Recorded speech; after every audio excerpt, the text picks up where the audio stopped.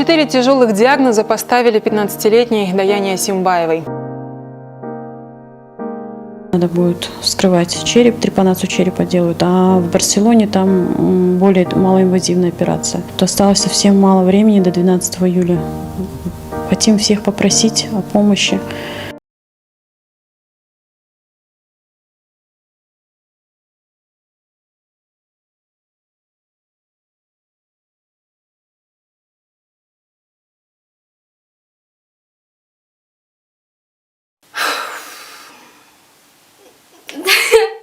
Вырежи это, пожалуйста.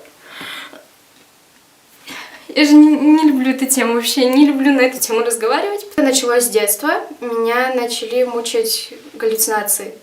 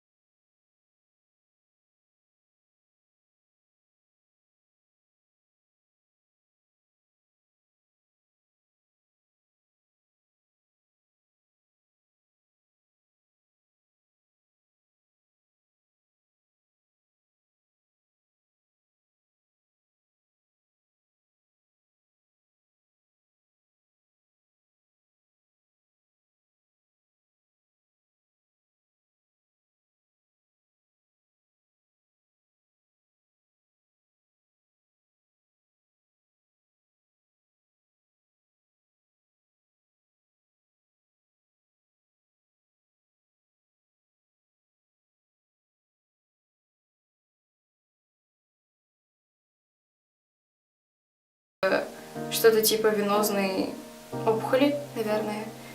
Помимо этого у меня еще развилась ангиоэнцефалопатия, энцефалопатия, ну, в принципе, наверное, думаю, это идентичные такие болезни. Потом еще очаги головного мозга, но, в принципе, корнем всех этих болезней была вот эта врожденная аномалия Арнольда Киари первого типа. И, в общем, казахстанские врачи сказали, что я никогда не смогу ходить. И что, в принципе, ну, было тяжело воспринять, ну, как так, ты всю жизнь ходила, а тут вот, в общем, произошло так, и, в общем, не ходила я где-то месяца 2-3, да. И вообще об этой ситуации я предпочитаю забыть вообще-то, но поскольку, ну, как бы, когда ты уже достаешь какой-то медийности, ты уже понимаешь, что, как бы, личных вопросов трудно избежать. Моя мама нашла хорошую клинику в Испании, именно специализирующуюся по этой болезни аномалярной лейкемии, и они помогли мне встать на ноги. В общем,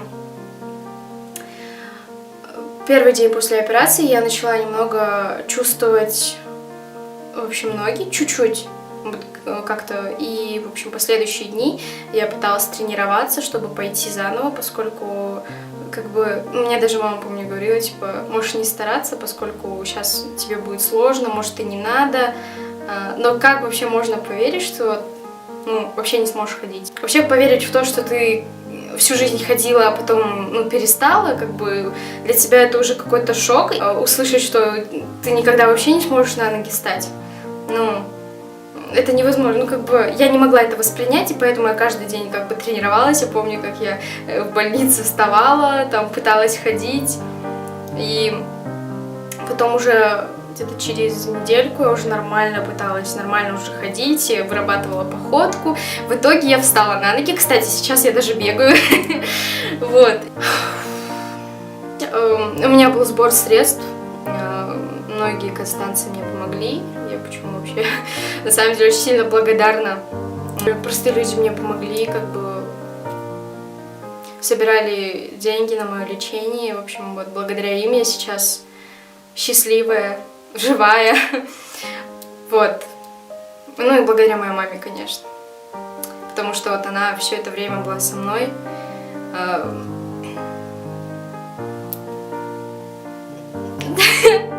Вырежи это, пожалуйста. Я же не люблю эту тему вообще, не люблю на эту тему разговаривать, потому что, ну, блин, я не люблю жалость к себе и предпочитаю всегда улыбаться, ходить. И для меня немного,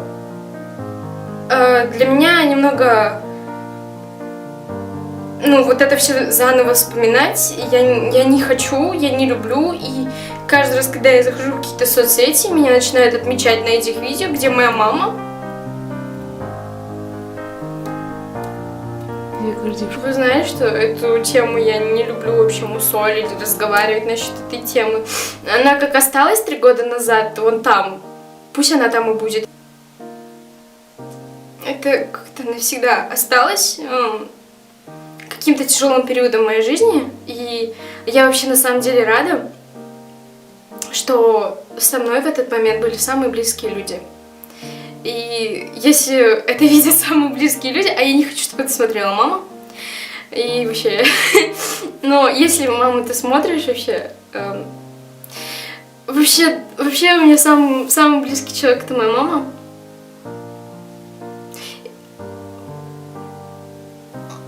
Мама и так знает, как я ее сильно люблю. Мама — это самое дорогое, что у меня есть вообще в жизни. И я обижаюсь на маму, что такое не бывает, но та связь, что между мной и мамой и моей сестрой, она вообще нерушимая связь. Знаете, сколько бы вообще ни говорили люди по каким-то видео, да, о том, что вот, ты должен быть сильным, там, живи, радуйся и так далее, я не могу вам такое сказать, поскольку пока я все это сама не пережила, я не поняла, насколько ценна жизнь бывает, насколько страшно иногда оказаться на грани. Я помню, когда меня завозили на операцию,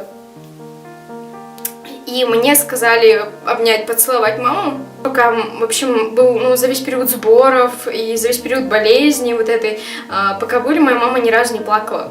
Она всегда была очень сильной для меня, она была для меня примером, но, как оказалось, я никогда не знала, как сильно мама страдала и плакала, и просто, чтобы подать мне мотивацию, что нельзя сдаваться, а вообще нельзя сдаваться.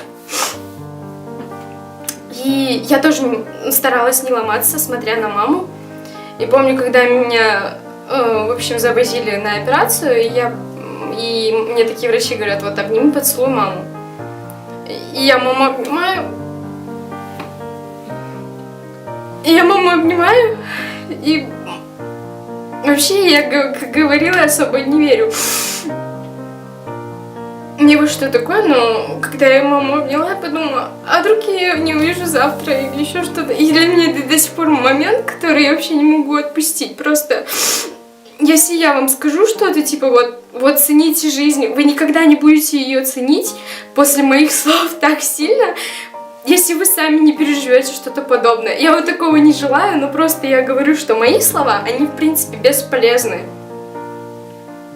С точки зрения даже какого-то мышления, мы особо информацию даже от тех же мотиваторов не так сильно воспринимаем. Мы воспринимаем они нас вдохновляют на пару минут, честно, на пару минут на день, но когда ты живешь посредственной жизнью, каждый день одно и то же или что-то типа того, ты просто вспоминаешь какие-то моменты, да, отрывки с того видео. И я для вас как то самое видео, но вы никогда не будете ценить жизнь так, пока вы не пройдете через что-то сложное. Поэтому все, что я хочу вам сказать, это, наверное, единственное, не сдавайтесь.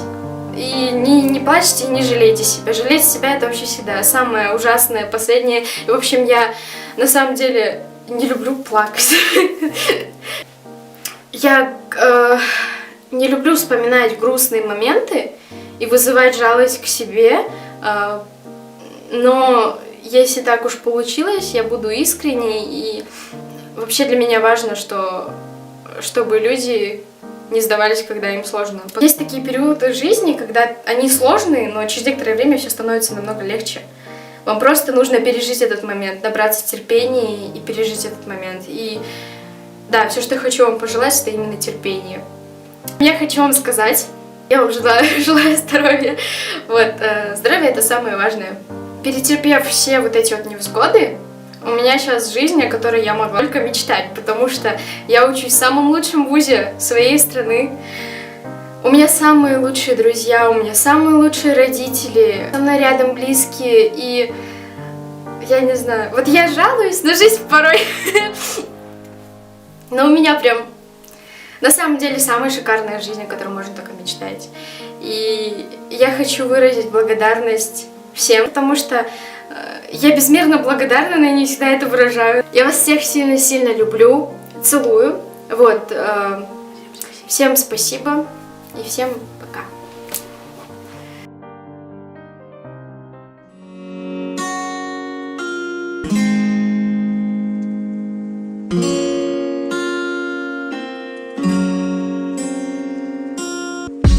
Менде бәрі жақсы дегенмен, көздерінде мұңды көрдім мен. Қалпыңда тұршы қозғалмай, ел жүретеді сол бейнең. Менде бәрі жақсы дегенмен, көздерінде мұңды көрдім мен. Қалпыңда тұршы қозғалмай, ел жүретеді сол бейнең.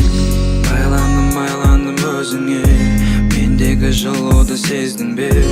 Өзіңде көзіңде мөлдіреп, тартасың өзіңе келші деп.